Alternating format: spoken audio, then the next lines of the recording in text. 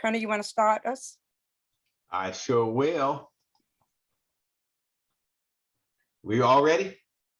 Well, welcome everybody from Facebook land and out there in Electoral. Just tell me this one quick thing. Is Facebook Live on? Yes, it is. I'm not showing it on my. It is. It's on. I got live. Okay. All right. Okay. And welcome. Yes, welcome. Today is June the 16th, and welcome to the Portsmouth Coffee Talk Thursday evening edition, late evening edition. And so I'm gonna give the disclaimer now is that the views listed on this program are those of the host and also as a guest, and that is all the three of us, and not of anybody else, to keep us out of Facebook jail. So today we have a great returning guest, Cletus.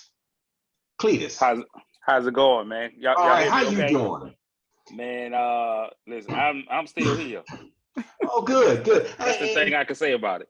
Well, yeah, I know. And I tell you what, there's probably tens of thousands of residents in the city of Portsmouth wish they wasn't here. And if they looked at the city council's meeting today, did you see it this afternoon?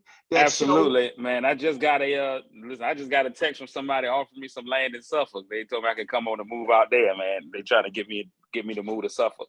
I saw it today, man. Let me tell you, one of the things that I know about this current council, and one of the things is it's too smart for its own good. So you got some people on there who are smart, but they're still very reactive to their mistakes. So I think that, and I try not to say too many names because our council has a way of attempting to go downtown and take charges out on people. And I don't really have time for that because I'm going to jail for real stuff. But the Juris Doctor on the council is very smart. And I believe that a lot of times they make moves and then try to react to those moves after they've already messed up. So I think they are currently in full knowledge that they messed up with the firing of the city manager. They messed up in their behavior on last week. And so this week they came with just a bloviated diatribe trying to just cover up what they already messed up. And I think that they think that they are smarter than a lot of the citizens, or that they could just feed us Alpo and make us think that it's meatloaf, and it's not. The things that he was saying, they were alluding to a lot of stuff. Here's one of the things that I know when you're operating in full transparency. When you're operating in full transparency, you had no problem with saying what it is. I did this, I did that, is this. They do a lot of, I'm going to allude to this, and you try to read it between the lines. I'm going to put this out there. If you can figure out what it is, no. The public, in the seat that you all are sitting in, it is not about you putting stuff out there and making us figure out what it is. What it is about is you need to be honest, you need to be transparent, you need to let us know what's happening. There's a lot of things that they could do with just some common sense stuff. If you fired the previous city manager and you say it's because she was derelict in her duties, now the lady that you are rushing in, trying to get in world record time, why not say, well, these are the reasons why we want her in? Not one time have they come in and said she's great with numbers, she knows how to run a budget, she could do this, she could do that. The only thing that we've ever gotten was him saying that she could be a unifying force. Listen, Rogers Brown is down there playing at Sunset Thursdays. Jazz unifies the people. That don't mean I want Roger Brown running the city. Being a unifying force doesn't mean that you can run the city correctly. There are numbers involved. There are state guidelines that we have to meet. There are federal guidelines that we have to meet. And you come in not knowing all of them. Now, I think what they believe is going to happen is that that the interim city manager Mimi is going to sit there and be the glue that bring it all together. And if I was her, man, I'd tell her, y'all need to raise my money, because what y'all already asked me to do is be the city manager, run the city, while this lady that y'all bring in as a figurehead just kind of sits there and rides off of what I do. And I don't think that's fair at all. You know what? You hit a great point, because I believe that they think she's going to front for this girl, this lady. I think that's what they think they're going to do. They think that's going to happen. And so I have another job. I have another question, because so before they fired city manager, they spent a lot, I don't know, and I'll throw out $100,000 to get a list, to vet a listing of candidates. Correct. What happened to the list? If you picked out the first person on the list, wouldn't you think if you were talking about being Go to smart, number 2. would you go down and get the number 2? Or has there been no discussions of number 2, 3, 4, 5? And again, the complete lack of transparency. You're not even letting us know who was on the list. And I understand you try to say it's a personnel issue and there were people on there, but let us know, hey, these are the people that we have. We even went back to the list. But the what do they say? The definition of insanity is doing the same thing over again, expecting a different result. Right. This is the exact same group that tried to put Danny Meeks in. It's the same exact same group that promised Sunshine Swinson that she could get in. Not to take away from any of those two, but it was the exact same reasons why they weren't qualified to sit in that position are the exact same reasons why Tanya Chapman's not qualified to sit in that position. But let me say this, I can't say that she's not qualified because I don't know what her qualifications are. Nobody does. Come back to me and tell us these are her qualifications. Make it so that, here's what you do, in my opinion. Paint the picture for all those people, the constituents, paint the picture where we can't say no to her. I learned a long time ago when I wanted to do something that I thought my mama was going to tell me no to, I went and told her all the positive things for it. That's what I did first. Even if I knew it was something negative, even if I knew I was about to go hang out in the streets and act the fool all night, I would be like, hey, Ma, John gonna be there. And you know John, you really like him. He good people. His mama good people. Everybody good people. And it's gonna be in a great neighborhood. You know, that neighborhood is great. And it's a great learning experience. You came in and you told her all these positives so that she couldn't say no.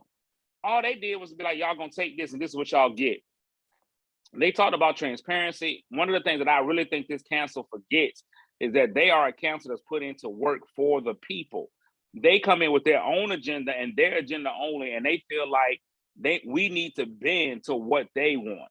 They really think that they are in a parental role over all of us. We know what's best for you.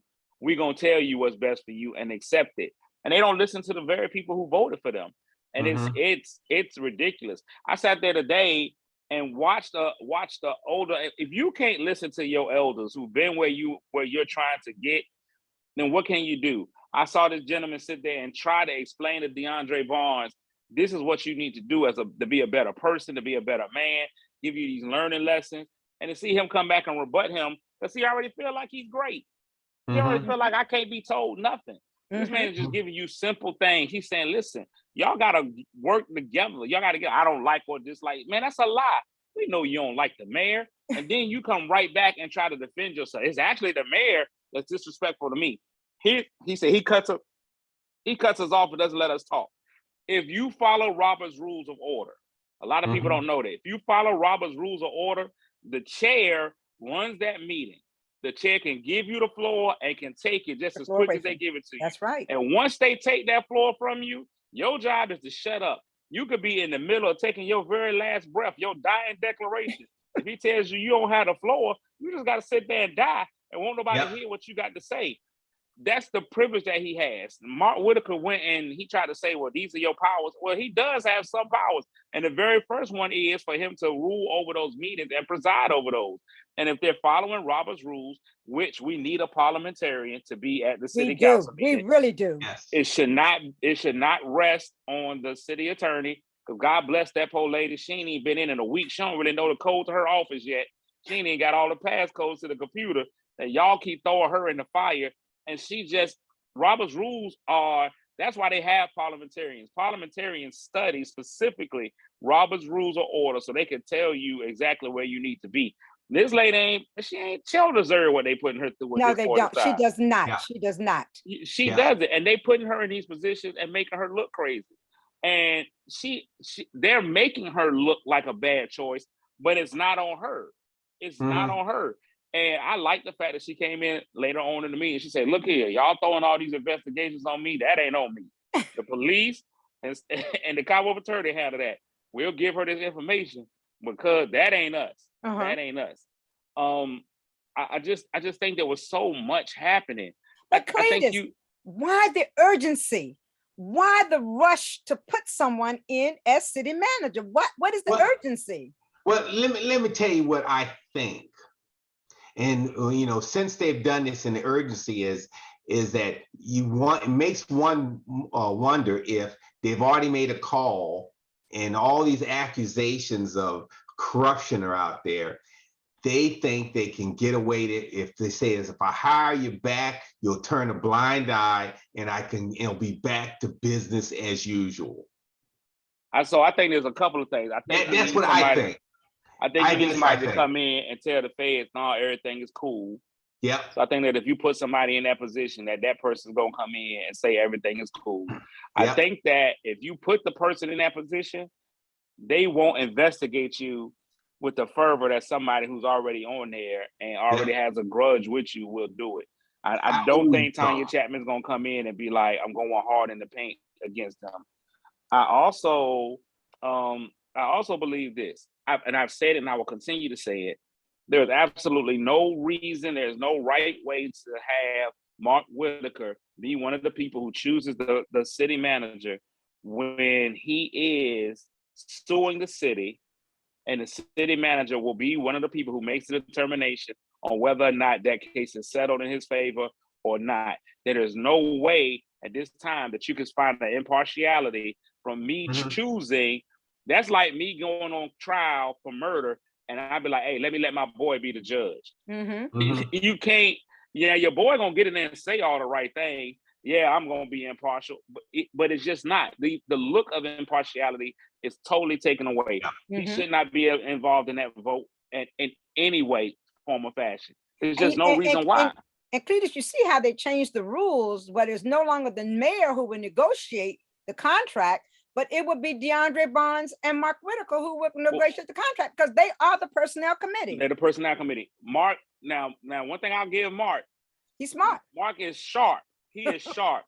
He knew that he could not make the same motion that was already defeated. That's one of Robert's rules. He cannot come back in. His original motion in the first meeting that did not pass was for them to hire her at $200,000 with the mayor and the city attorney to negotiate her contract. He knew he could not go back in and make that exact same motion because that motion had already been defeated. So what he did was came in and he changed it ever so slightly to say that the committee and the personnel committee and the city attorney. Now, my question would be the legality of any contract that comes from that, because one of the things that he did point out ever so eloquently was that the serving of papers and things was on what goes to the power of the mayor. The mayor would need to sign that contract on behalf of the city. And so if the mayor is not there to negotiate, I don't see how the mayor could sign it. So I don't know what the legality would be. And I know that might be able to be a hang up if the mayor decides, because I think that's what the mayor was counting on. Because if you remember in the first meeting, the mayor said, I will not negotiate a contract with her. So if she doesn't get a contract, I don't know the legalities of, she can't start working without a contract, which is amazing to me. Now, here's the other thing that's amazing to me. And this is from somebody who does contracts all the time in my business. How do you set my salary before I have my contract? My salary should be part of my contract. Exactly. Part of your negotiations. It's part of your negotiation. Where's the negotiation? Yes. I already know I'm getting $200,000. Yes. Now, are you just gonna work on perks? Are you just saying these are my perks that's gonna be in the contract discussion? Is that the only thing that you're gonna say? But if anybody who's ever gotten a job, they know, hey, this is what they give you your contract and you say yes to that before you're hired. So what if she wants $225,000? Are they able to go back in and know we said $200,000? Are they able to say, okay, well, we'll give you $225,000? Or what are they going to do? Yeah, and is it fully guaranteed, like you say in sports? And is it going to be a 4-year contract? Because at the new city council can get rid of her in a few months. Listen, if the recall effort is that's what I'm saying, strong enough, they can do it. The fact that the city manager, we are a city manager run city, but the fact that the city manager has to run at the whim of the city council like that means that every month, literally every month, somebody could come in. Very next month, one of the other three can come in and say, I'd like to make a motion. that we fire Tanya Chapman. Exactly. And we would just be in this never-ending cycle of never having any kind of continuity or stability at the city manager position, which is the most important and most powerful position in our city. The city manager does answer to the council, but I really believe this particular council believes that they run the city manager position. And we've had foolishness. Here's the thing about Portsmouth. We've had foolishness in the city manager position before. Because if y'all remember, we fired John Rowe and then made him mayor. Exactly. We've seen this foolishness before. I don't think we expected it on this one because, to be honest, the former city manager never had an opportunity to get in and run anything well. You just never did. Even if she came into it with her feet on the ground running as hard as possible, what you have to remember is she is responsible for every single department in the city. They like to talk about the crime, but she's also responsible to make sure that our trash is getting collected. That's right. That our fires are getting put out, that our budget is being processed and worked, that people in the treasurer's office and everywhere, she's responsible for every office in the city. It's gonna take you a year to learn everybody that works and what's happening. You know what I'm saying?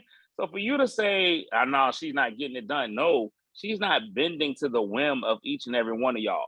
I sit and watch. And Cletus, they gave her not so bad evaluation. They said it was evaluation, but then you want to come back and say all of these things about her. And if all of those things were true, the dissertation that you gave on her, why didn't you give the dissertation when you fired her? Why did you have to wait? Why did you wait 2 weeks to do it? Why wasn't it in her evaluation? Why wasn't that in her evaluation? Why didn't you go ahead and make that known? Because now it just seems like you're trying to cover your tracks. Yeah. Now I am afraid, and one of the things that I'm very, very afraid of, and I truly believe, is that the city of Portsmouth has a couple of very, very, very, very large money deals that are available. Whoever's going to develop that waterfront property, that's going to be billions of dollars. That's right. That's going to be billions of dollars. Now I don't know what Uncle Paul is talking about with these wind turbines. That's I just constantly say bless his heart on those. But I do know that they have the internet project that's going to be offshore. I know that's going to be another $1 billion project. And I do believe that there are outside influences that are influencing some of those things. And one thing I do know is Paul Battle. I know sometimes when you talk, you tell too much when you don't mean to. Exactly. And I believe that's the shadow government that he was referring to. Is that there are some people out there with some money who are putting money in people's pockets to make a lot of these decisions happen. And I believe there's some people who are not getting money that want to get money that are getting other people to be like, hey, I need you to make this move, that move, and this move. So I do believe that that is one of the things that came into play. I truly believe, I'm just going to be honest with you. What is the city manager going to do to stop crime? The city manager is not a superhero. She's not Batman. Thank you. No matter who you put in there, man. And crime was here long before she got here. Listen, I was here. I know I'm the baby of the bunch on this thing, but I was here in the roaring 90s when Portsmouth was out of control. That's right. In the 90s. And people won't blaming the city manager. Like, people always say stuff, and I think that they play on the intelligence of people. And I don't think people always understand the process. But they always say stuff like, well, I haven't seen the city council getting on and having press conferences about the deaths in the city.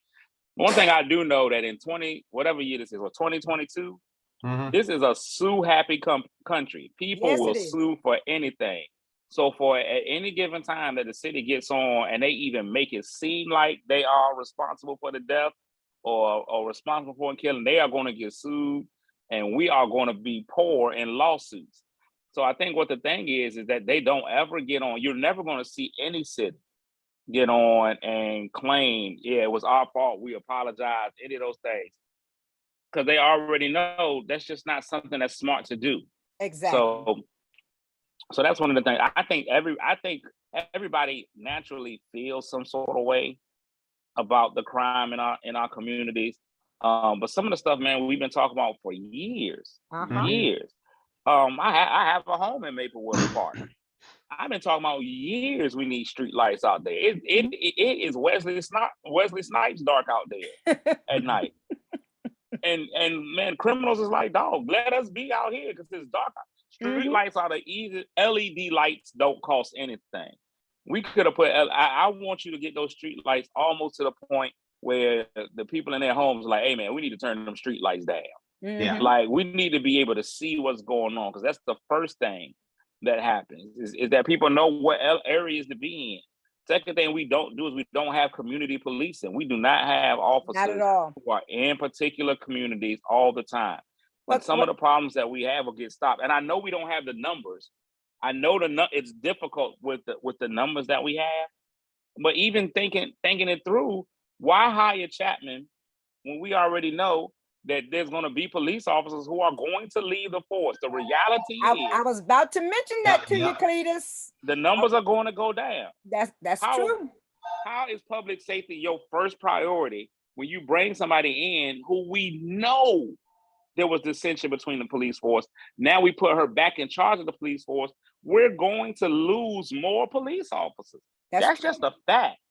That's just a fact. And that does not help this public safety issue.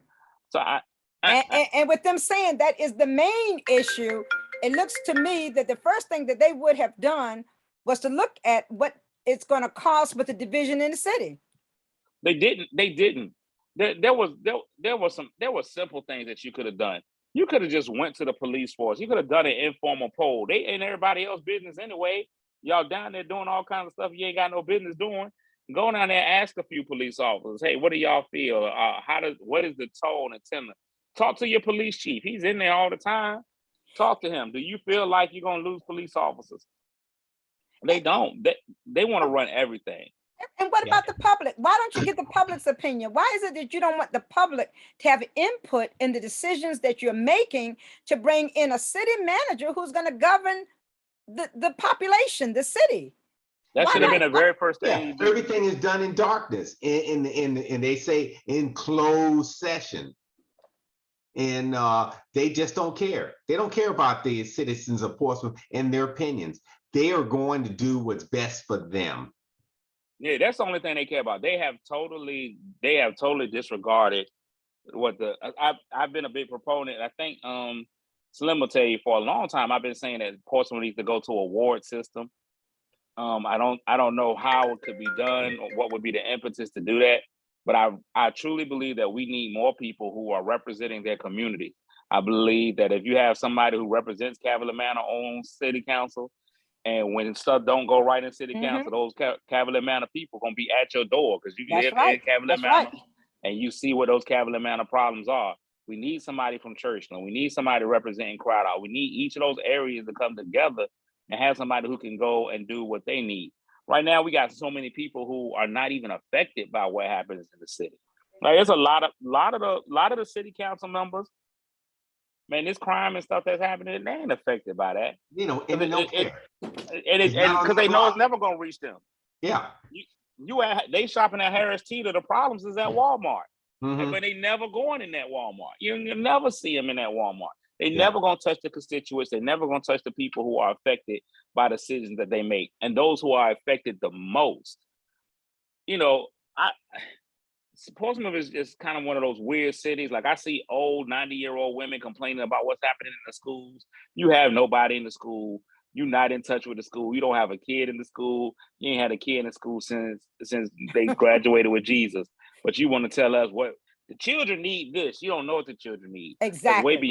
That's way beyond what you're doing. It's outside of your pay grade. Portsmouth is one of those cities where people think they know everything about everything. It's not. I would really love to see diversity on the board. And when I talk about the diversity, I'm not even talking about black, white. I'm not even talking about black, white, male, female. I'm talking about we got a guy that's up here that's civic. He knows everything there is about schools. Yes. He knows what the schools are. These are the schools problems.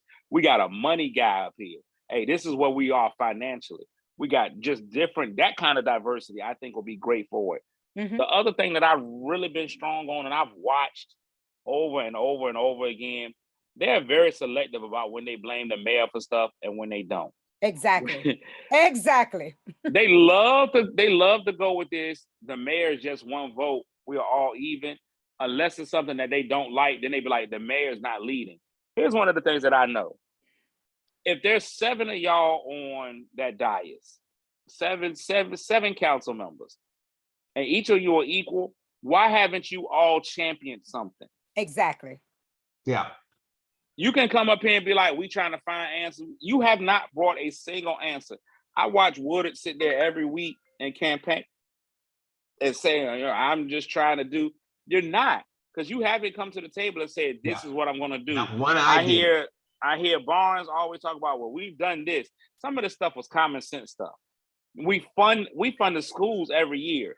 Now, let me be clear. I was watching the meeting online. Costello Williams was on the school board, was constantly telling you this was not the first time that it had been fully funded in the history of schools. She was on there with Kenny Wright was mayor, and they fully funded the schools. And to be clear, the funding for Portsmouth Public Schools funding comes mostly from federal and state government. So they're already misleading the people when they say this whole, we fully funded the school. No, you fully funded the remaining portion of what the state and the federal government didn't give. Listen, I'm in the schools all the time. Miss Stith will tell you, she see me whenever she come up there. You are there all the time. They would think I work there. She think I work there. People be like, because when they were talking about me running for school board, this is a true story. One of the school board members was like, you're going to have to quit your job in the school. And I was like, I don't work in the school. They were like, well, I thought you worked in the school. You're there so much, and the school thinks I'm there. But the kids know me. It gives me a point to be able to, right now, simply because I've been in the school so often, I can see a kid that should be in school that's not. And I can come and talk to them. Why you ain't in school? Mm-hmm. What's going on with you? What you doing? It gives me an avenue to be in those kids' lives. It was the same way when I was coaching. I still got kids now. I got a kid now that I coached 20 years ago that's getting married, invited me to their wedding. It gives you a way to still be an influence on their lives. Mm-hmm. And we got so many kids that need it. We have so much poverty in our schools. All but one of our schools is a Title I school. All but one. And in order to be Title I, 70% of the children in that school have to be living at or below the poverty level. Exactly. All but one? Yeah. All but one. So there's a larger issue here. And they spoke to it today about the poverty. But how are we ever going to convince a large corporation to come to Portsmouth when they can turn on the city council meeting and see the city council in shambles? Mm-hmm. Let me tell you, Cletus, I'm getting calls from my friends all over the country. I have friends who tell me they have popcorn sessions on Tuesday nights just so they can watch what's going to happen with the Portsmouth City Council. They said that a script writer in Hollywood could not write a better play than what's being done in the Portsmouth area. And we're the laughing stock of the nation. Mm-hmm. We are. And it shouldn't be that way. For us to be such a small city, we should not be resonating on national headlines the way that we are. And one of the biggest issues that I think that we have as a small city is that we don't do small city stuff. One of the biggest problems that we have is we continuously try to compare ourselves to Norfolk and Virginia Beach and Chesapeake. We are not Norfolk, Virginia Beach, and Chesapeake. No comparison. What we really should do is model ourselves. If you go to Maine, if you go to Rhode Island, there are small waterlocked cities with the same type of population that we have. Figure out what they're doing right. Because for some reason, they've managed to make it and actually be a place that people want to move to in their latter years. They want to do all kinds of amazing stuff there. Their public service is amazing. Their schools work. What are y'all doing as a small landlocked city, water on the outside, that we're not doing? We don't utilize any of our actual assets. I don't know who decided to give the prisoners the best view in the city. And they won't get the sheriff a new jail and move them off the waterfront. He's ready to move off the waterfront. When they built the new court, and I blame that on the past council. This isn't this council's fault. No, it's not. When they built the new court, Mhm. All of that should have been at one time. Exactly. I've always said this about city government. If I ask the city, we need 75 million or we need 100 million, the people aren't going to really be able to differentiate between 100 and the 75. Go get the 100 and build all of it at one time. Yeah.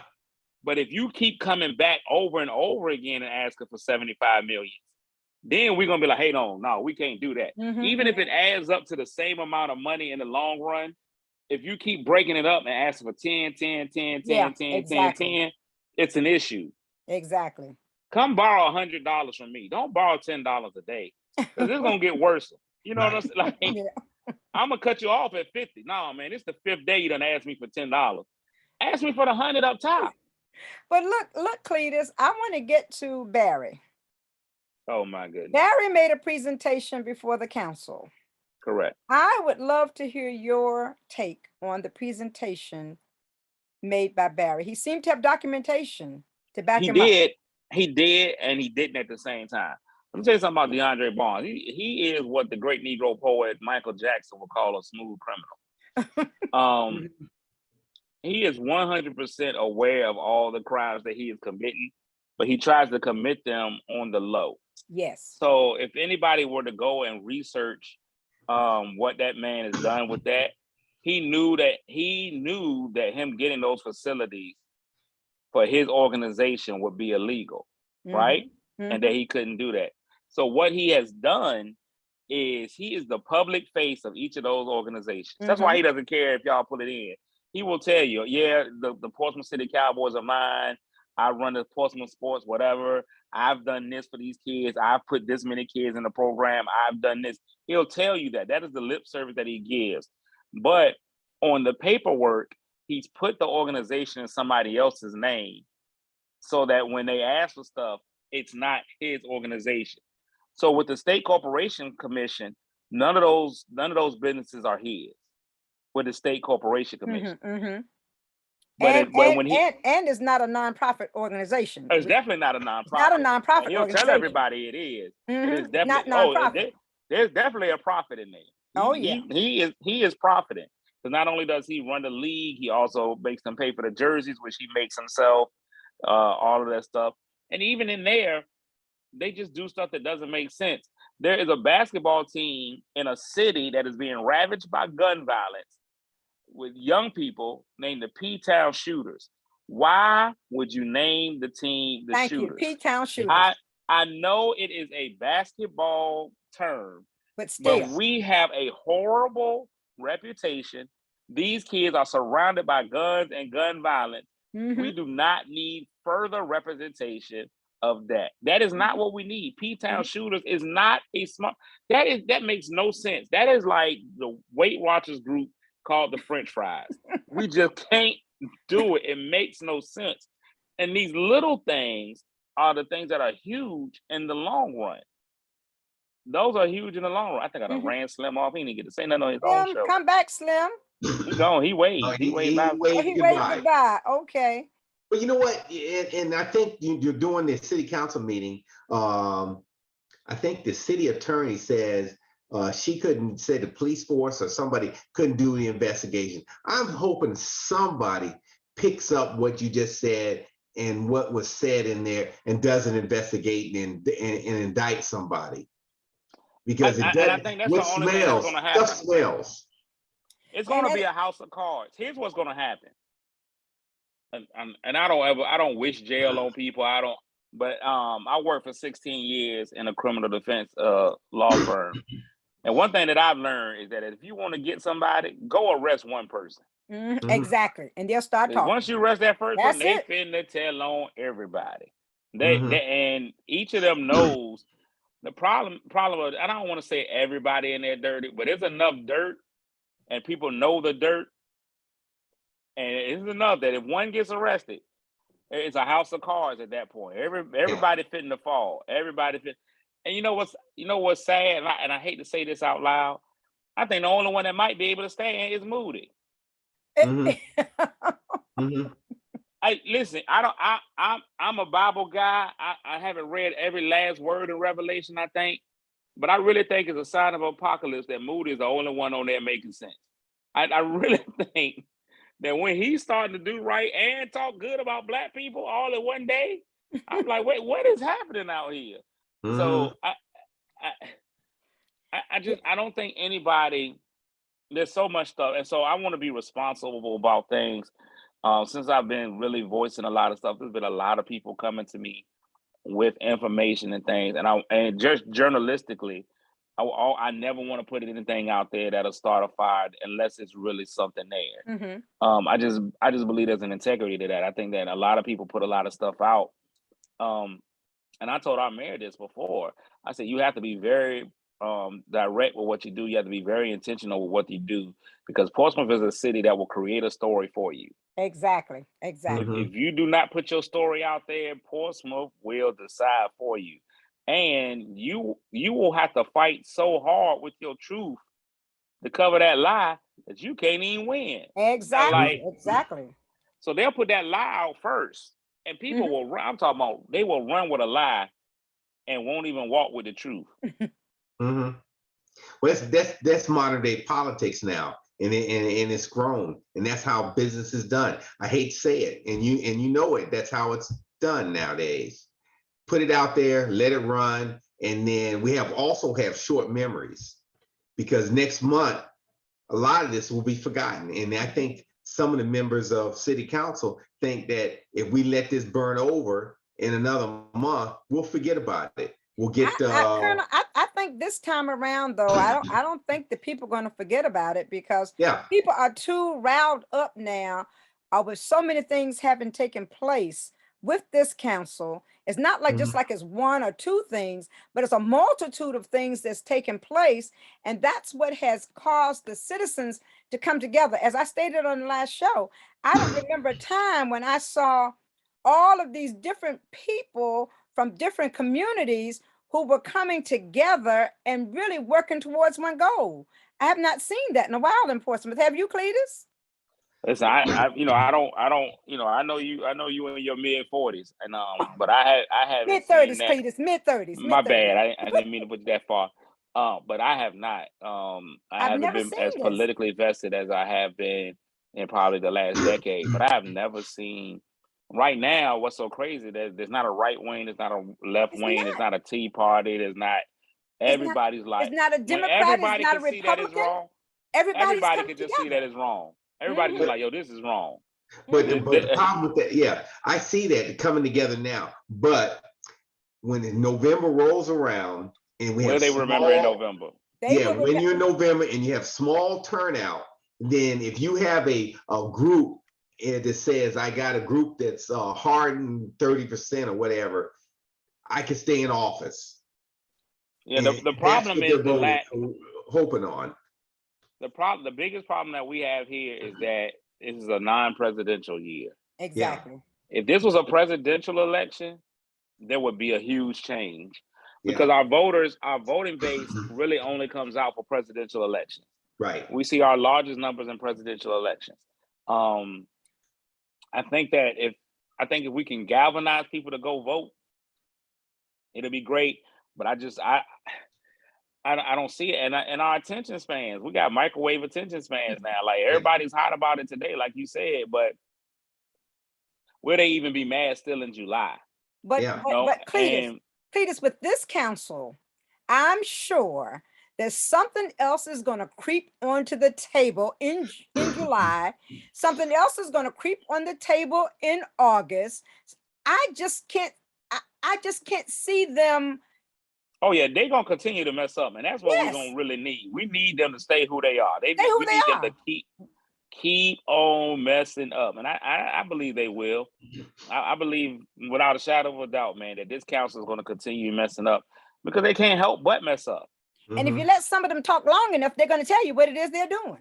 Listen, that last seat on the dais, he finna tell everything. He tells it all. I mean, he was the one who told us that they had already decided to fire the city manager before they even voted. Before they even fired her. That man was like, he said, our former city manager. We're like, we ain't even vote yet. They ain't even made the motion. What are you talking about? But yet they say they did not come together to make that decision. So, and I think what they're saying, I think what they're trying to It's say that they about didn't we meet, didn't they come didn't meet in together, person. we didn't physically all come in the same room, but two of us talked, and we all know what the other one said. And that, and I mean, it's clear as day. It's clear. Right. You can't deny when you came in, and all four of y'all voted the same way. All four of y'all decided not to let the public speak. All four of y'all did all of these things. And I think that's one of the more disheartening things in this whole process is that before they went and fired the city manager, they refused to let the public speak. That's just disheartening. You're not in a position where you should be not allowing the public to speak. The public should be swaying your opinion. Exactly. That should be because these are the people who voted you in. These You are the work people for who the you're supposed public. to You represent. work for the public. The public does not work for you. That's what they need to realize. And I do know we had one. No, They they don't. And we had one council member who was like, "Well, you people who are here, yes, so many more people outside. They're the ones who matter." That's so right. you gonna tell me to my face that I don't matter? You don't matter, or that I'm not representative. And I'm gonna tell you, some of those people who are in there, very, very, very, very strong in the community. Very, very powerful, very, very swayed. What I've also learned about Portsmouth is a city of people don't like to vet candidates. They like to ask somebody they trust. And they like to put their friends in office. Boy, that is horrible. You know, it shouldn't be a popularity contest. It should not be a popularity contest. I have had numerous friends who run for office in the past, and they've asked me to support them. And I've just blatantly said, I can't do it. I can't do it, because when you're looking for the best candidate for the job, you really have to vet the individuals. Right. And Cletus, make sure that everybody you vote for has a job. That's crucial. Yes. That some sort of something that shows me that you're responsible. So just show me you're responsible.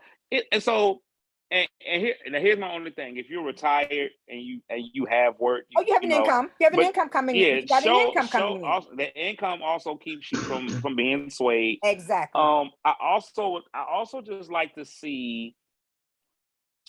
I also just like to see your civic involvement outside of stuff that happens during election time. Exactly. Because everybody care about the kids during election time. Everybody, when it's time to vote, everybody care about the kids then. Everybody wants to go feed the hungry, do stuff. I just think that I think that your all year really matters. You know what I'm saying? And I think there are some of the better people who will probably be better to be on city council can't be on city council because they're too busy trying to help in the community. You know what I'm saying? Like exactly. They're really out there working. And so I can't stop what they feel as though the work that they are actually doing is too important for them to stop doing that actual work to go sit on the city council. Because if they did city council correctly, you really shouldn't have a whole lot of time. Like there should not be a question, was the sheriff part of the crime initiative? Exactly. Because if you actually knew what the crime initiative was, you wouldn't have to ask that question. Second, that also tells me that you decided to fire the city manager based on her crime initiative, but you don't even know what the crime initiative is as a criteria of being able to fire her. You're one of the people who voted for it and don't know what the crime, where they stand on crime. That's just asinine to me. It just is. That's right. Now you could say something like, I don't recall but no, not knowing that. First of all, it shows me if you read the report, read the right. study. You didn't read the report. They never read anything. They never read anything when they come in there. I can tell by the questions that they ask of the city manager, city attorney, they never read anything. Second of all, it shows me that you do not have an understanding of what the sheriff's role is in the governance of the city. We have a separate sheriff. There are cities who have sheriffs who actually maintain law and order in their city. We have a police force who does that. The sheriff now in Virginia, the sheriff's authority is greater than the police department, which is the main reason why we use the sheriff to transport. Because the sheriff can go and still have authority from Portsmouth into Chesapeake, in the Norfolk, all over the state. All right, because that's an elected official. And so he's able to do all over throughout the state, where a police officer, generally there's a 1 mile radius that you can work within and usually has to start in your city. But your authority really is only in Portsmouth. In Portsmouth, that's it. Now, they do have the authority to write tickets and to do some fugitive matters and things of that nature, but they are not. That is not the responsibility of the sheriff of the city of Portsmouth to be out regulating crime on a regular basis. It's not their job. And he is not, I don't want to say he's not equipped, but that's just not what he does. But yet and still, Cletus, he's doing it with the limited personnel that we have. With the limited personnel. He does. Yeah. I know they help with traffic. I know they help with warrants. The I know they help if there's schools, a problem with the schools. school, with the SROs. I know that they use their authority properly, but it is not the intended goal. No, it's not everything intended. Everything that he does, that it's complete icing. Mm-hmm. Mm-hmm. It shouldn't even it shouldn't even be a supplement. He's acting in a role that he doesn't have to do. Everything that you get from the sheriff is out of his kindness, and to be honest, really puts a strain on what he's already doing. Puts a strain on his department. The sheriff's department and those people who are working, it's a strain on them to have to come out and do a second job, and he ain't really able to pay them like that.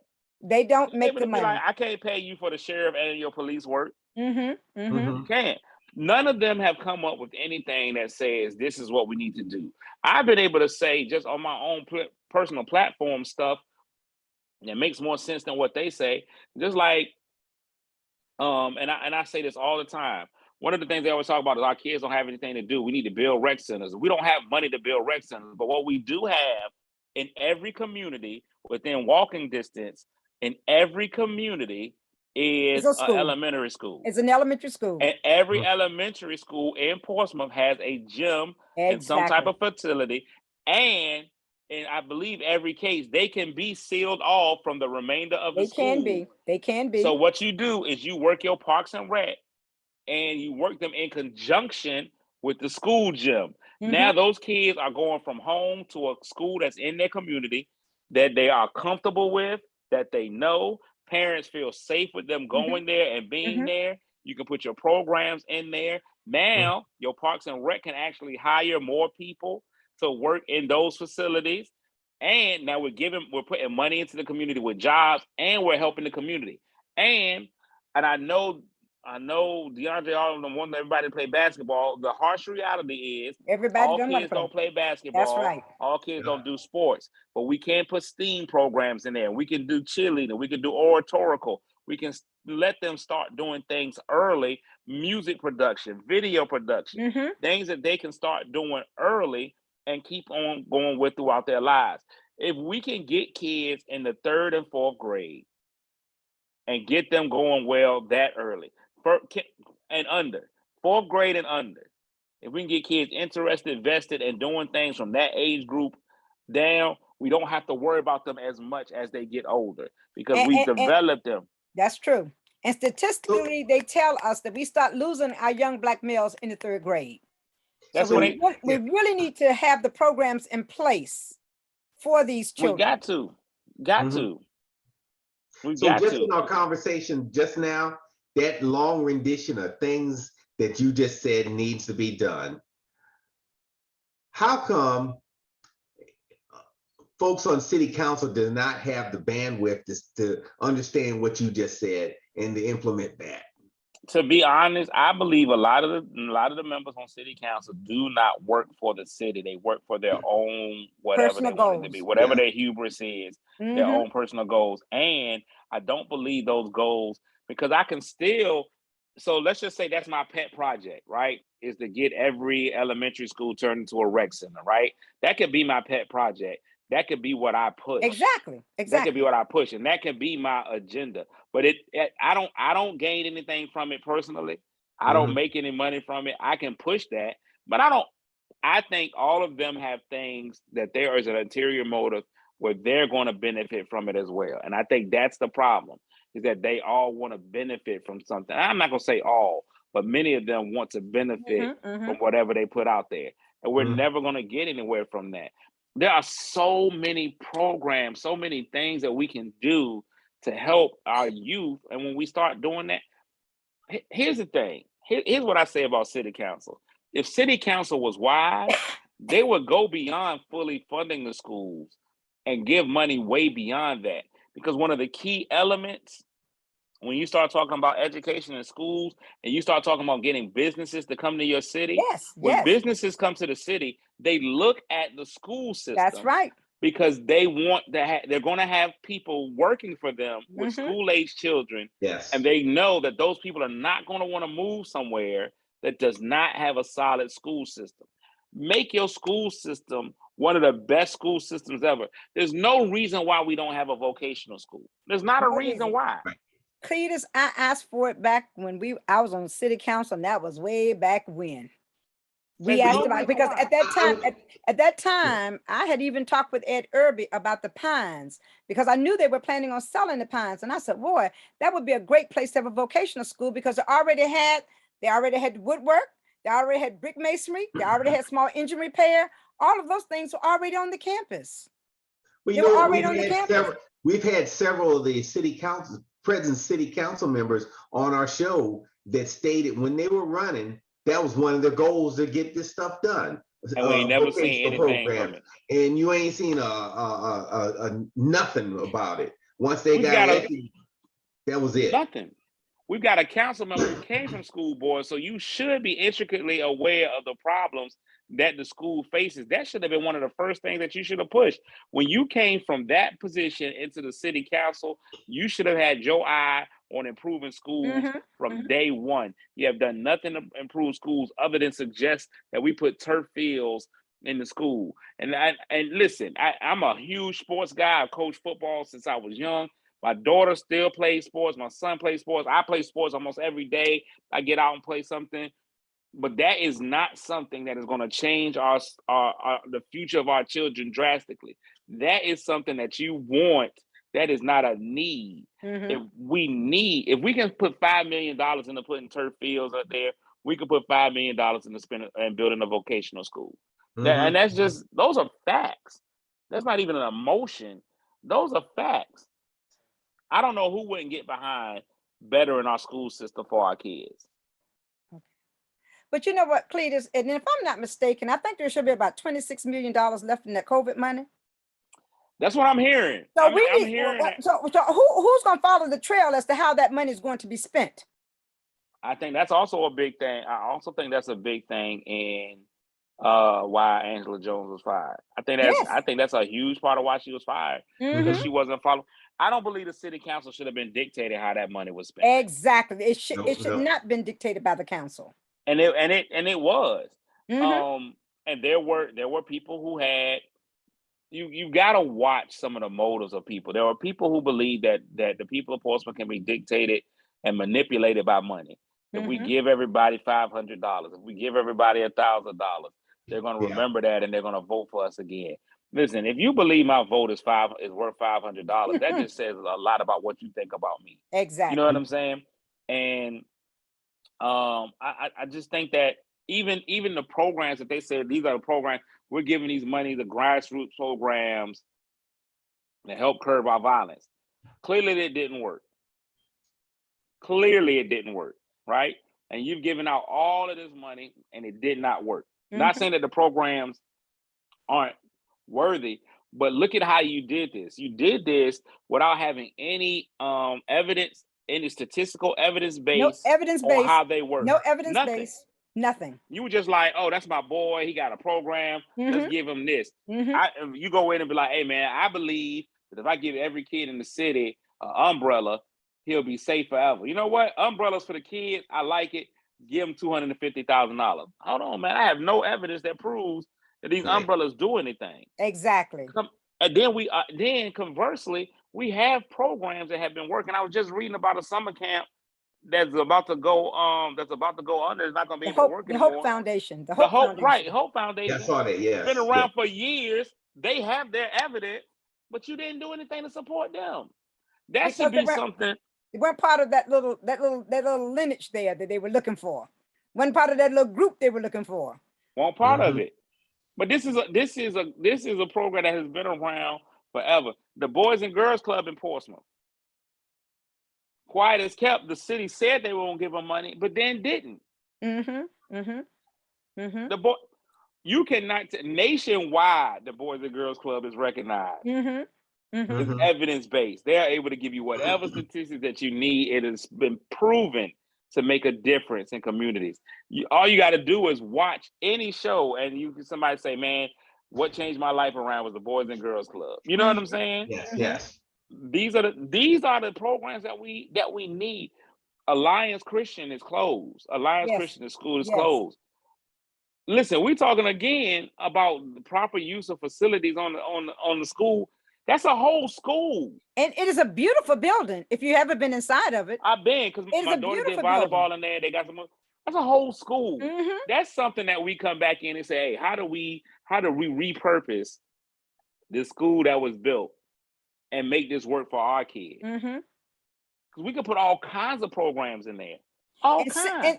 And Central Christian also, they've closed, and that's a beautiful building that they have as well.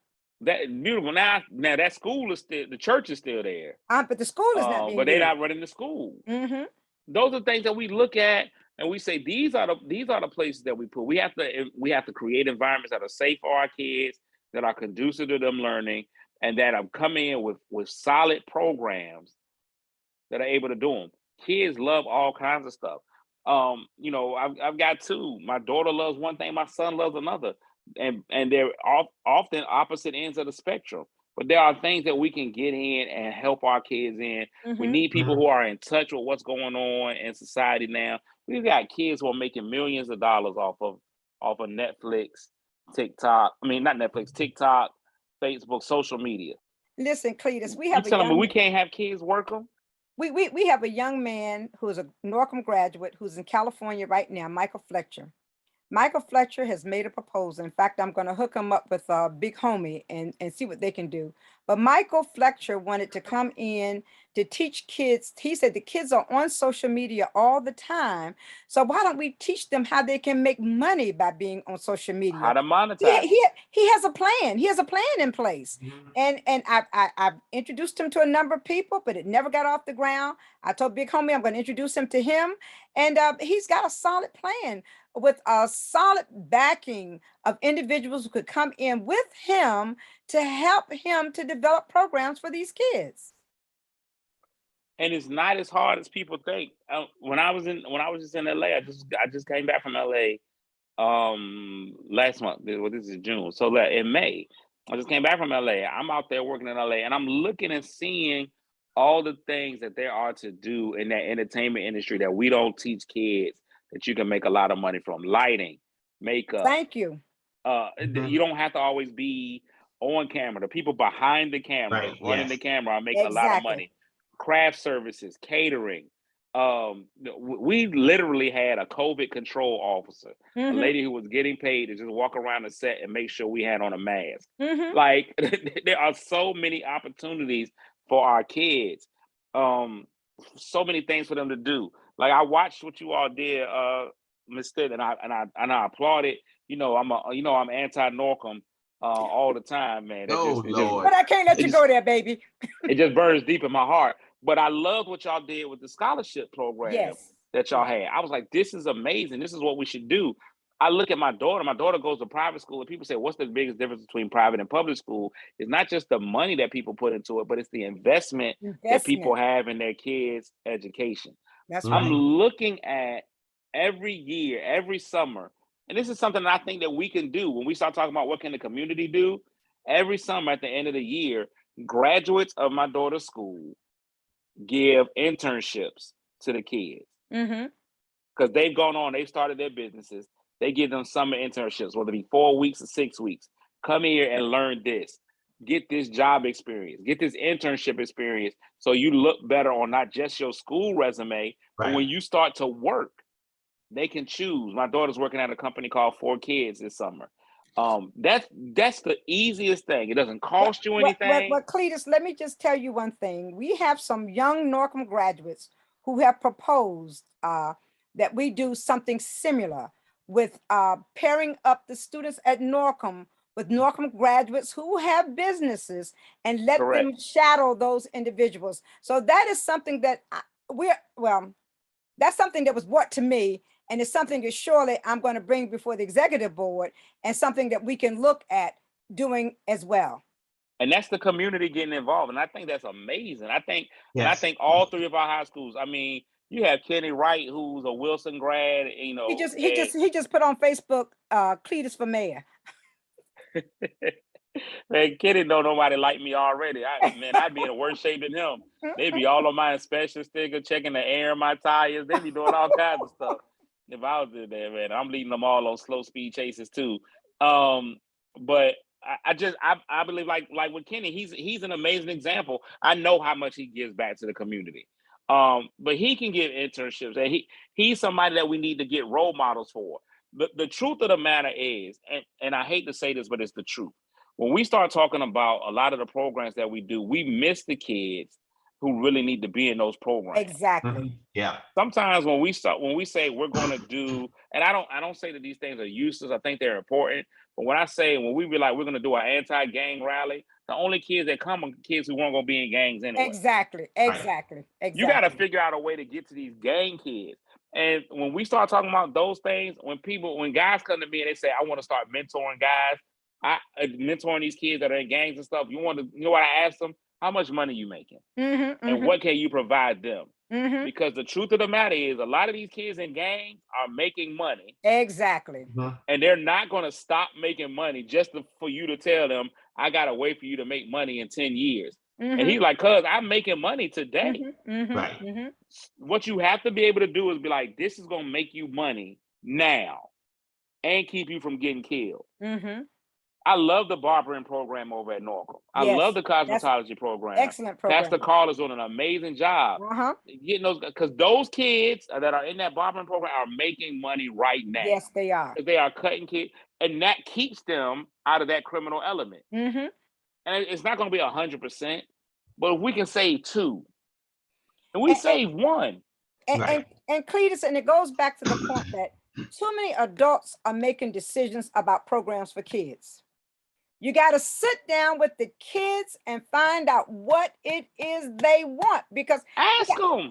We got millions of programs going on. I'm a part of this innovative research that the mayor has put me on this team for the Bloomberg Harvard study.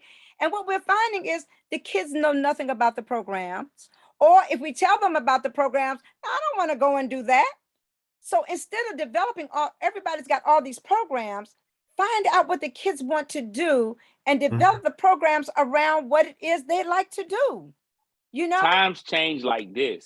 Yes. And things that a lot of times adults are not in tune with what the kids are understanding.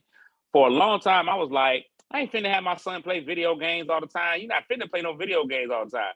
So I realized that now you get paid to play a lot of those video games. Right. There are college scholarships available for kids to do competitive gaming. Exactly. And I'm like, hey, no, need to get on that video game. Like, we don't realize it because we still are with the same values that our parents gave us.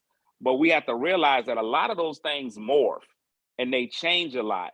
I think the Black, and this has always been a controversial phrase that I say, I think the Black community holds a lot of our kids back because the only thing we tell them is go to college or you're not doing well. Exactly. If you don't go to college, exactly, this is what your life is. You got to work to go to college. You got to go to college. You got to listen. For some kids, college is not an option. And there are a lot of jobs a lot of people can get just from their skills. College education is necessary for some jobs. Knowledge is what you need more than anything. Exactly. If you can get that knowledge in an alternative way, I think that's just as good for some as going to college. I want my doctor to go to college. Exactly. Right. But your plumber doesn't have to go to college. Your plumber just has to have the skills. That's why all the trade schools are out there. Right. I just want my plumber to know pipes. I just need you to know pipes. You ain't got that. I don't care if you know who won the war 1812. If you could get my toilet unclogged. How about that? Right. How about that? They didn't even have toilets in 1812. I just need you to come in and do. And that plumber is making money. Listen. If you don't know the geometry behind putting my roof up, but you do good roofing, that's what I'm concerned about. Do a good job. That's why other societies actually and other cultures are actually able to make this. They make that decision, and they do well. They used to. I always thought it was unfair when they would compare kids in China and their scores to kids in America and their scores. In China, past a certain point, they don't make their kids go to school anymore. They realize the kids who are interested in academia, you're going to go to school. Exactly. The rest of y'all are going to learn how to be functioning citizens in this society. Exactly. And so the only kids that they have going on in the upper levels of school are kids who want to be there. The top-notch kids that want to be there. Right. That's right. We tell every kid you got to be in there till you 18. Then not only are we doing that, but we're judging the kids who are trying to do well on the kid who takes a standardized test and puts abba dabba in all the answers because he don't care. Yeah. If I got a kid that's I'm just gonna put ABC, CBA, BAC. I ain't looked at the questions. Now the kid who does care is judged by that as well. Exactly. And it's not fair. It's just not fair.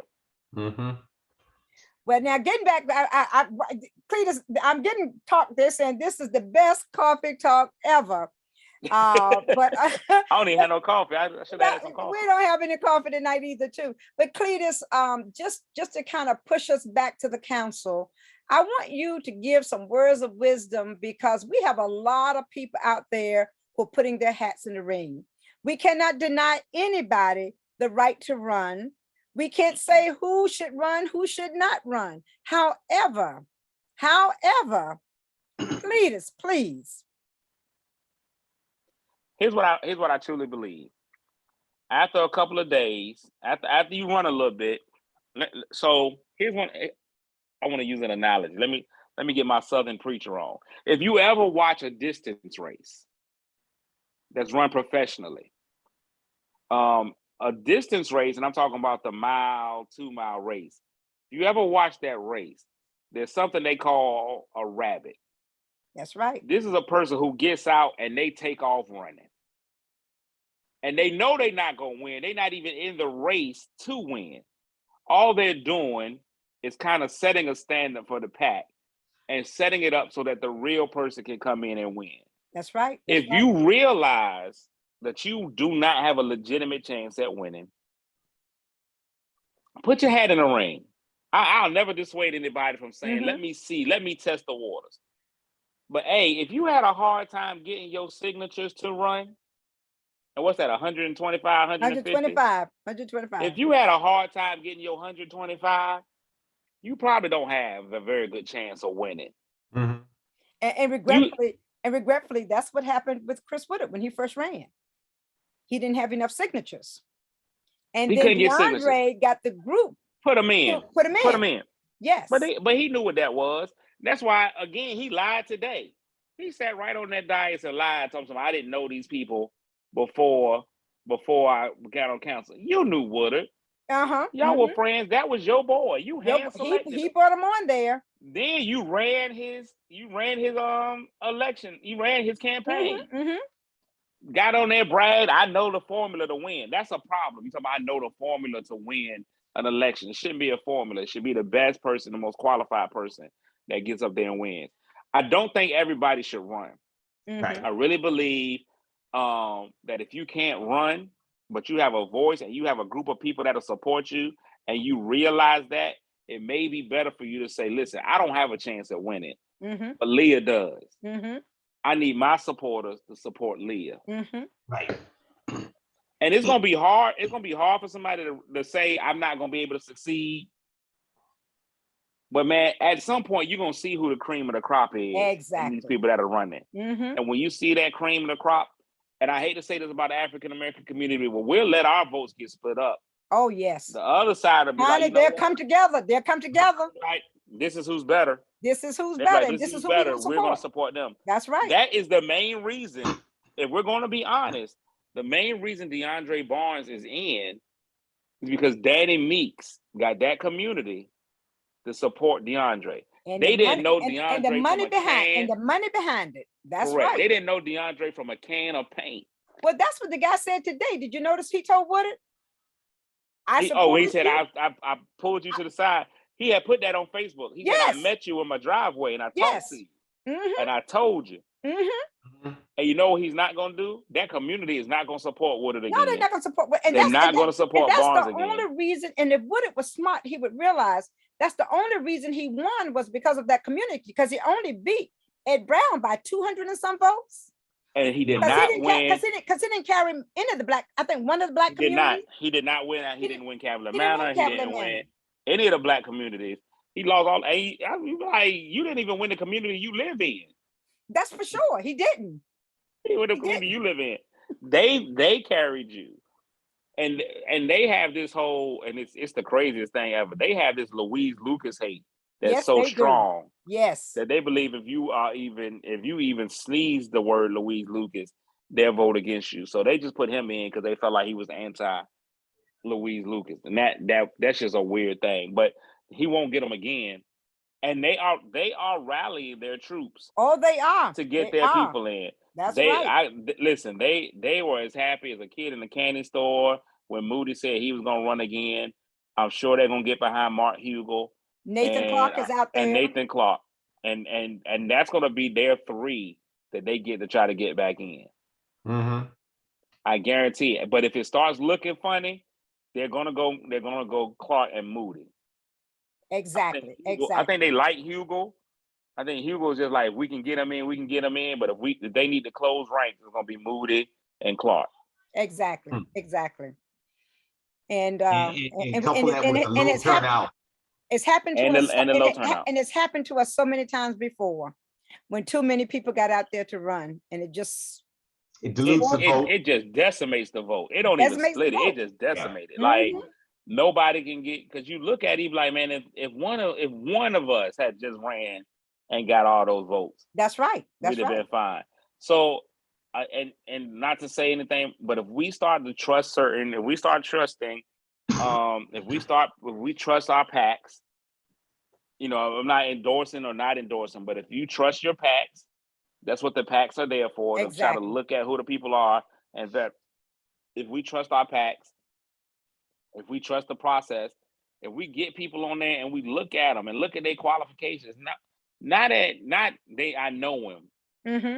He's cool. He's nice. What are his qualifications? Exactly. So I decided not to run for school board, but I was like, the first question I had somebody ask me, well, why would you run? He said, people going to want you. What are your qualifications? I said, well, listen, I got 6 years on the Superintendent's Parent Advisory Council. I've been on the Title I board for 6 years. I've been in the schools every day. I went to school. You know what I'm saying? Like this is what you need to see in people. When people come in and be like, I'm a good person. Generally everybody is. But what can you give me that's going to be specific to what we have going on in this problem? That's what we need to look at. When we start talking about city council, listen, that is life-changing for the citizens of Portsmouth. Exactly. Who we allow on that we talk about the president, the city council affects your taxes. Your everyday life is going. The president don't care nothing about how high my grass is. That's right. Everything is local. Everything is local. Man, he ain't got nothing to do. President ain't got nothing to do with what go on in my grocery store tax. He ain't got nothing to do with that. What my water bill is. When your water bill through the roof, it ain't got nothing to do with Gore or Biden or Trump. None of them. It ain't got nothing to do with our water bill. That's here. When we can't get basic services, that's here. We don't have an ambulance. We don't have a hospital. We don't have a trauma center. We don't have a hospital. We down to one hospital, and truth be told, we may be losing Maryview soon. Exactly. So we will have no hospital. I can go nowhere and buy me a nice dress and stockings and shoes. We have no anchor stores. We have no anchor stores in the city of Portsmouth. Yeah. We have no large major chain restaurants. Exactly. But not to take away from the ones we have here, but we don't have a major chain. Our downtown is the worst downtown of all the cities. Even in little small hick town USA. Suffolk has created its own. So Suffolk made up for it. They say surprisingly Suffolk is amazing. Suffolk now. I love Northern Suffolk, and they don't like Northern Suffolk, but I tell them, I have a friend of mine who lives on College Drive right now. I say, man, if I had my druthers, I live on College Drive. Exactly. Everything Everything you is need is there. on College Drive or a street over. From That's right. entertainment to food to shopping to everything you need is right there. I live on College Drive. I go out there. And you got to have counsel people who have a vision. Who have a vision. You have to have a vision. And what is your vision for the city? And it cannot be a short-term vision. No short-term. It has to be a long-term vision. Long-term vision. Right. That's my only gripe with the casino. Well, not my only one, but one of my biggest ones is that we did not think long-term with the casino. If you go anywhere, people can go, you can drive right up to Dover and Harrington and see that those are not booming cities. No. They both have casinos. The people ain't getting no money. The casino making money. Dover ain't making no money. Drive to Atlantic City. Atlantic City is dying. It's dead. Yeah. They are constantly trying to revive Atlantic City, can't get it to work. Vegas had to change fundamentally a lot of stuff that they do out there in Vegas. But here's my biggest concern for the casino. When it first opens, it's going to boom because everybody's going to be nosy. They want to go because it's something new. People love it. People love new. I've been around church long enough to know that when a new church opens, everybody wants to go. And then after that, they be like, okay, I've been here. I'm going back to what I normally do. But what I really think the biggest threat to this casino is this right here. You know, I travel a lot, I do a lot of things. So Cleveland, I was in Cleveland. They have a casino in Cleveland. But there's usually not as many people inside because they offer all the same games on the app. On the app, that's right. So you can play the table games, you can play the sports gambling. So I can sit right there in my house and play 21, just the same as I can in that casino. And that's only going to advance. That is only going to advance and get more popular. The NFL, NBA, all of those professional sports saw a drop in their attendance because TV became so great. When TVs got bigger, the picture got clearer, the announcers got greater. People was like, I don't have to go. I can enjoy this experience in my home just as well as I could there. That's what's going to happen to casinos. So we're looking at probably about a 5-year run where our casino does well, and then people are going to stop coming. Because Portsmouth is not. People like to use DC and Baltimore as examples. Those were already tourist attractions. Exactly. People already went to DC and Baltimore regardless, and they're going to continue to go whether those casinos are there or not. Portsmouth is not a natural tourist attraction. There is nothing for anyone to do. There's nowhere for you to stay other than the Renaissance. And half the time the lights ain't working at the Renaissance, so you don't know what the Renaissance is. Yep, you got that right. So that's the only place we can go. And Norfolk is getting ready to open one. And it's going to be right in the middle of Town Point, Waterside, all that stuff that right I can walk away from. I can walk away and get as drunk as I want, make win or lose money over there in Norfolk and walk over to Waterside and have a great time. What you gonna do if you leave the casino here? We only had the hotel. You going to Wendy's? And you better have your vest on. Because you better not look like you won nothing. You're safe as long as you're on the grounds of the casino. But once you get off those grounds, it's a different story. The casino is going to be the safest place in Portsmouth. But I can still get my car washed down there, though. So here's what I have about the car wash facilities. That car wash company was smart. They bought all that land and they put all those car washes up. Here's what I do say about the car washes. The only thing that I say when people get mad about the car washes, that Cavalier Manor, the one that they're putting up in Cavalier Manor, that Earl's, it used to be an Earl's supermarket. That's right. That thing has been empty for what, 40 years? 40 years. There's been nothing there. I'd rather there be something there than nothing. Putting some kind of money onto the tax roll than absolutely nothing.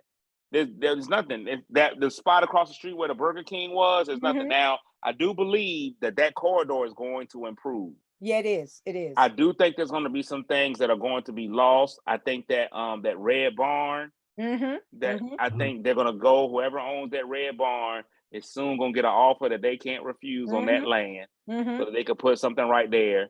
I don't think that Prince's Chicken is gonna be there long. No, it's not gonna be there long. Somebody's gonna. I think first of all, they can't compete with Golden Skillet. No, they can't. They just want what Golden Skillet was. But somebody's gonna buy that parcel and build up right there.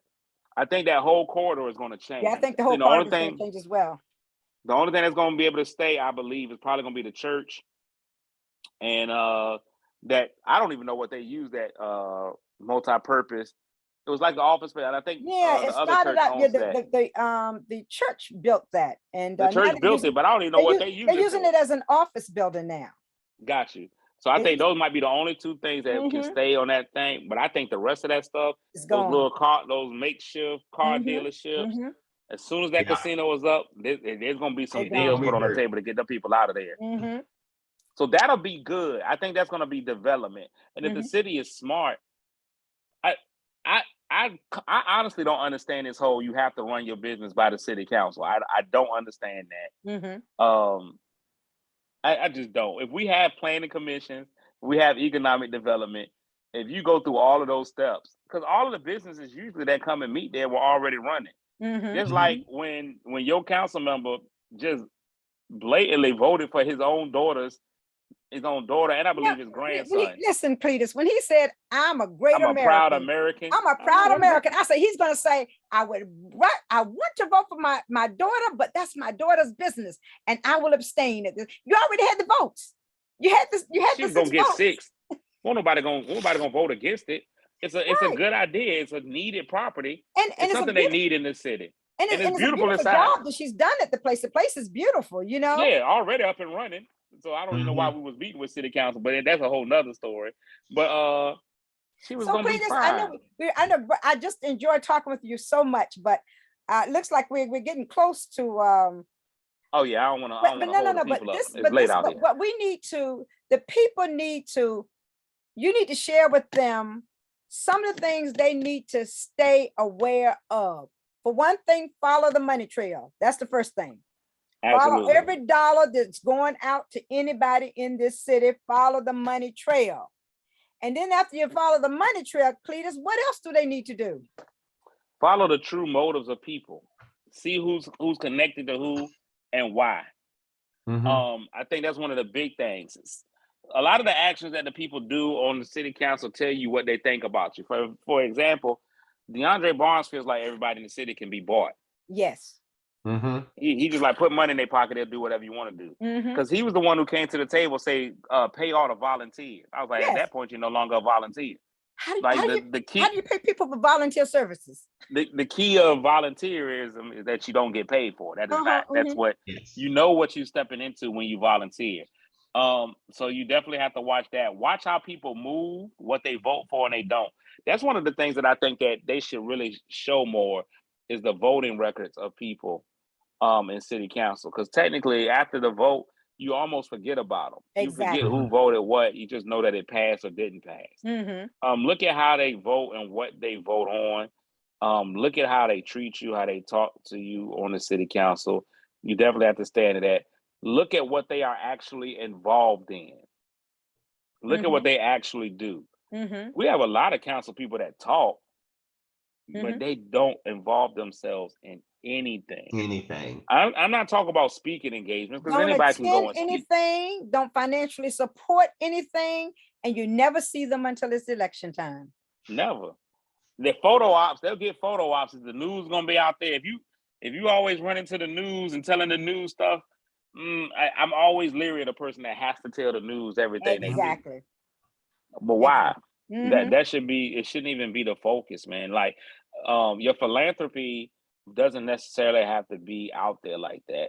I had somebody one time tell me, you need to start telling people what you do for people. I like, but why though? Exactly. You don't. That's not why I do it. Exactly. And my actions speak for me. My actions will speak for me. And if you see me doing it, then that's fine. And if you don't, that's cool. And the people are going to talk about you. The people who talk about you negatively don't know you anyway. The people who really know your heart and what type of person you are, they not talking bad about you. And I tell people, you don't even got to fight for me. Yes. It's going to all come out in the wash. It'll all, listen, they're going to say what they're going to say regardless. Just keep being you. Stay true to yourself. But I think that we're going to be a better city if we all become more active, if we all get out there and we all push and work. And if we all get more active, like the more active we get, a lot of things I know are because I'm out and active. You know what I'm saying? Like if you get out and you become active, that's how you're gonna really see who's really out there, who's really doing what. You're gonna know. Take advantage of the things in the city. I personally know that Deandre Barnes is forever talking about the rec centers, but doesn't use them. Exactly. He use all the schools. You use the schools, you don't go to the rec centers, but you push it for the rec centers, but you don't go. And then if you do go to the rec centers, you causing trouble. You don't even personally use them. You work out at Planet Fitness. So you don't put all of this stuff out there for everybody. Everybody we gotta have rec centers, but you go to Planet Fitness. I'm in the rec center. I'm in there. That's how I know what is happening in there. I know we have underserved. I see how many kids are in the rec centers because they had a food program after school. If you're in there, then you see it too. Exactly. So you know where our need is. I know how many kids at neighborhood facility rely on the dinner there. I know how our kids are dealing with hunger issues. When that lady was talking about a food desert in our cities, it's true. It's true. Like we really have real food deserts. Someone just said that Deandre don't use the rec centers because you don't get paid. Oh, yes. I think that sounds like somebody I know who just wrote that. That is hilarious. He probably don't. If they would pay him, he'd probably be right on in there. You know that. But you know that. It's crazy. It's crazy. We need more community-based people on our city council and people who care about the community. Exactly. And that's their only concern. The city council should be an overseeing group, not a group that's pushing their will on people.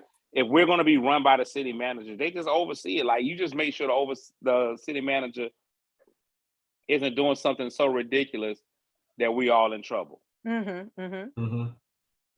That's your job, not to say, hey, you need to be doing this. You need to be, because the reality is it's 7 different people up there. And if she's trying to do what all 7 of them want, how can she do what the people want? Exactly. Exactly. And Cletus, with the new manager who they've just hired, I'm just wondering what the reception is going to be, because you got people who know so much more than you, and you're going to be over them. And how do you tell them what to do when they know so much more than you? It's going to take a better person than me. I'm going to tell you that right now, because you ain't finna come in here and you don't know nothing. You've already put her in an adversarial position. Exactly. Not just from the city, but from people who have been working in that position. Mimi Terry has been, what's she been? The CFO. Deputy City Manager for like 75 years. And the CFO for the She's city. The CFO for the city. What if she decides she don't want to be there no more? We don't have nobody to run the money because can't none of them figure it out. You don't bring somebody in. But then that's good for them, because with that money that's there, they can tell her whatever they want her to do with the money, and she wouldn't know whether it's something she should do. Whether it's right, wrong, or the other. That's why they wanted her in. And that's so why they got it. They're setting her up for failure from the very day one. They're setting her up for failure. For them to control her. Exactly. They want to control her and to get their cut. Exactly. So she got to about January. So the citizens need to keep their eyes open when she gets here, and they need to watch every decision that is made. And so you got to be aware. As citizens, we need true transparency. We need true transparency. True transparency. We don't have it. Too much of that closed. They use that closed session way too much. They talk about way too much in closed session. Man, they use that whole what was talked about in closed session can't be talked about here. No, we need to know, how do we get to, because too much stuff comes out and then you're like, how do we get here? Man, they need to be able to tell us how we got here, man. It's just too much stuff happening. But also, I'm just puzzled at Whitaker has a lawsuit against the city. He's suing the for city. $5 million. $5 million. $5 million. What happens I'm lost. Help me, please. Yeah, there's no way around that one. So first of all, I already feel some sort of way about him being still on council while he's suing. All the rest of the stuff about listen, all the rest of the stuff, that ain't huge concerns. But you sitting here on the city while suing the city for $5 million. Like, there's just no, like, you shouldn't even have a seat on the council until that's resolved. Until it's resolved. And then too, Cletus, has Tanya's lawsuit, has that finalized yet? She dropped her lawsuit. She dropped her lawsuit? Yeah, once they just gave her a severance package. Okay, all right. Yeah, once they gave her the severance package, she was good to go. Mm-hmm. So, you know, hers really was about money. Hers was like, look, cuz y'all to fire me in the middle of working, dog. Y'all need to give me this money. Because she ended up getting that job with the state, and then she ended up, you know, getting fired when our current governor came in. He just let everything dark go. He wanted his staff like I like my chicken dinners, all white. All white. I was like, okay, I get it. He got rid of everybody, but it's interesting. And also, they need to watch the people who they're appointing to boards and commissions. Go back and get a list of everybody who has been appointed to a board or commission and see what their qualifications are to serve on those boards and commissions. Citizens got to wake up. You got to wake up. You got to see what's going on. They're doing it right in front of your face and you can't see it. They're putting a lot of their friends on those boards and commissions that don't deserve. So I will say this: the boards and commissions are a great way for the everyday citizen to play a vital role in what is happening in our city. I do think that some of them are way too important. Exactly. To just have people who are not qualified to be in there. There should be some qualifications. When you start talking about the Economic Development Board, when you start talking about the board that is dealing with the terminal, all of those things, those are people who should have some kind of integral knowledge of what's going on. Parks and Rec, while I feel like it's important, I could put somebody in there that can learn that on the go. You can learn Parks and Recs. You can learn Parks and Rec on the go. There's certain boards, the library board. You can learn that on the go. You can be like, hey, I think the common citizen can go in and be like, what's right, what's wrong with our library?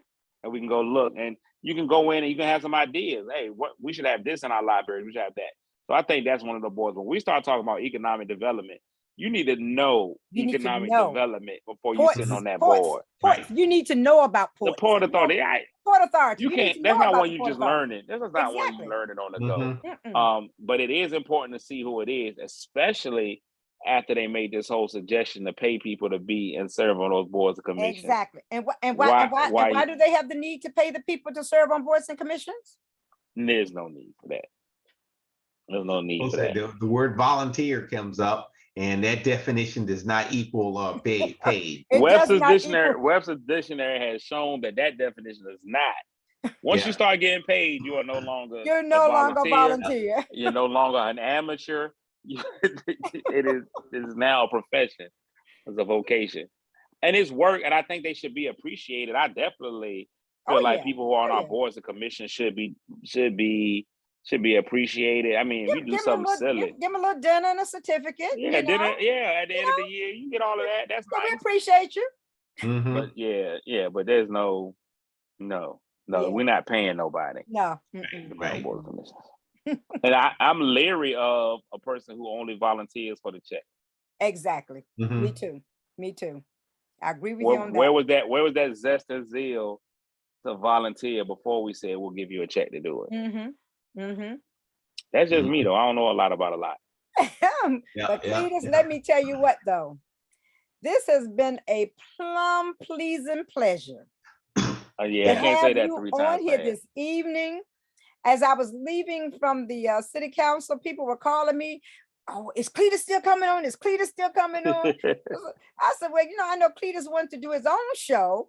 But I do my own recap. I'll do my recap tomorrow, man. I let the coffee talk win today. I'll do my recap tomorrow. Okay, well, thank you. Thanks so much. We appreciate it. We really do, Cletus. And people have been people have been. I got a friend he's in New York now. He's like, listen, I don't know anybody on this board, but just watching your recaps, I'm fully vested. So I got to let him know.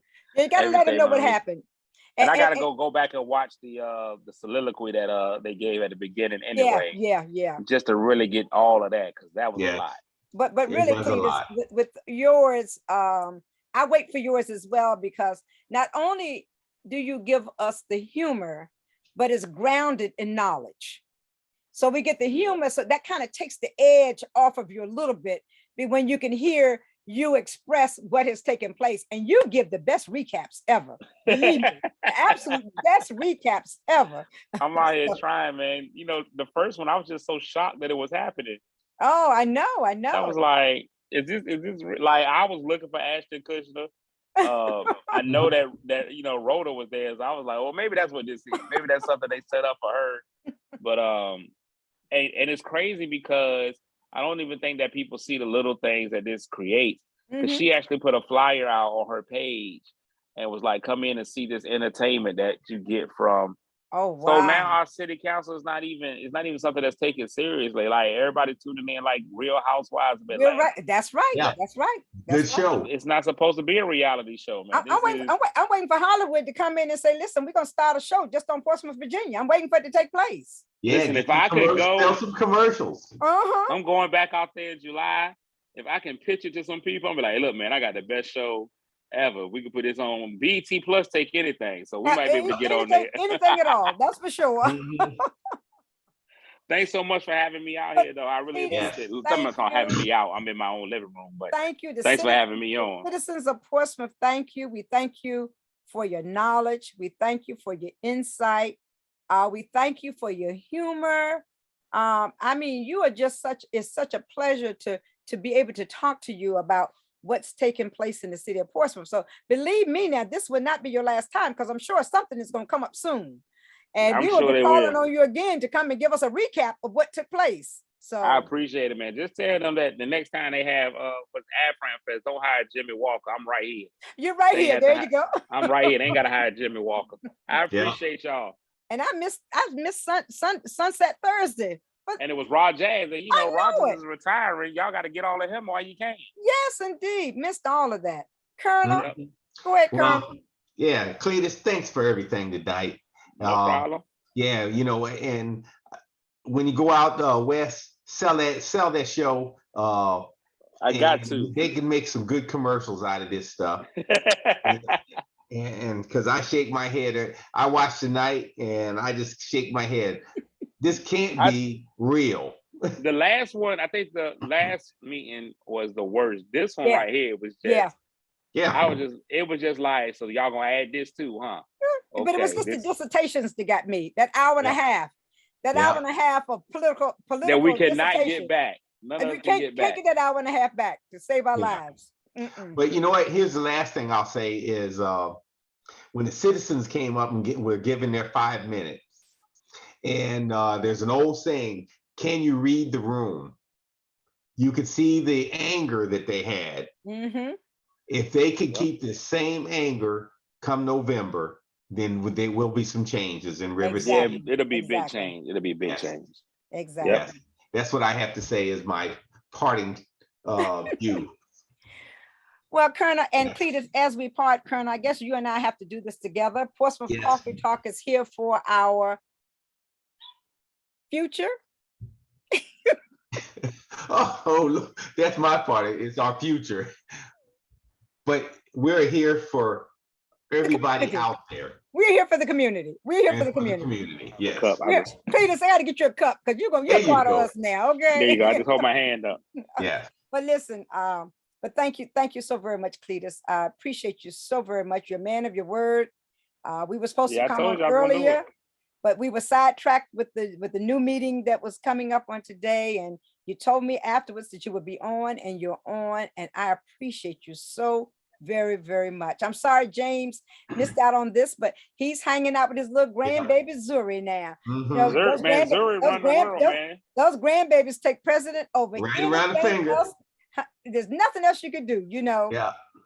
So grandbaby got her granddaddy. They are happy. So yes.